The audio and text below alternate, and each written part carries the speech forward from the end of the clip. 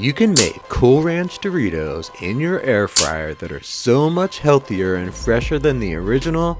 All you need are corn tortillas, a little oil, a ranch packet, and some common seasonings.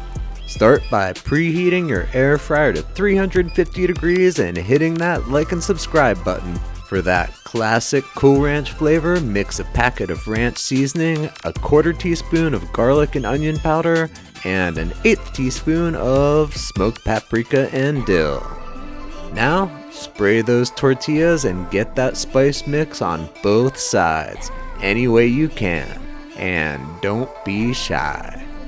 Then, stack them and cut them like a pizza. Now we're going in. Place a single layer, and if you have something to hold them down, use it. If not, check on them every minute to make sure they're not on top of each other. All done.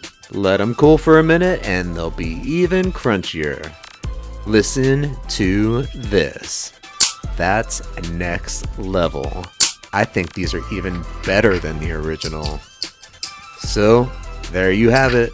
Homemade Cool Ranch chips that are healthier, fresher, and cheaper.